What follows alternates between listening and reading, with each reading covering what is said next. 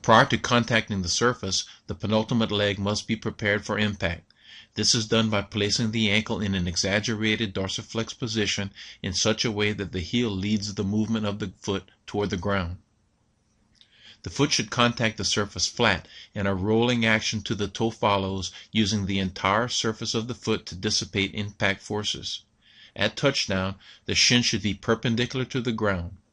Conceptually, the athlete is trying to ground the penultimate underneath the body's center of mass. In actuality, the foot will ground slightly in front of the body.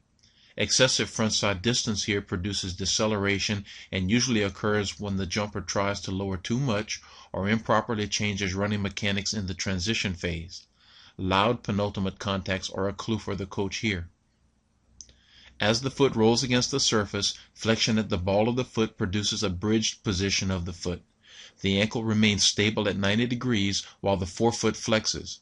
This best allows continued horizontal movement.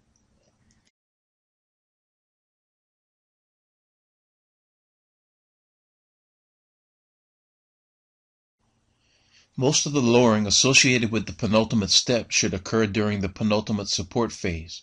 The jumper should be taught to lower in a forward and downward direction. Conceptually, the jumper should attempt to achieve the lowest position directly over the board. With young athletes, the flat contact of the foot often produces enough lowering, but higher level athletes must frequently be taught lowering techniques.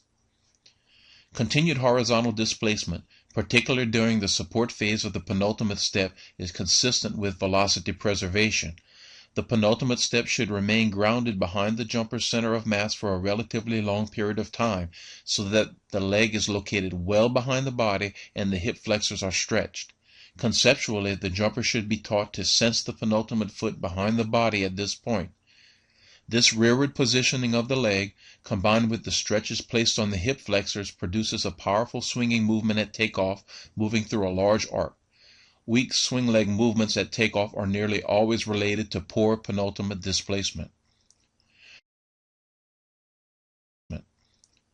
The bridge position of the foot discussed earlier will be evident only if this displacement is sufficient, so looking for the bridge during the support phase of the penultimate is good coaching practice.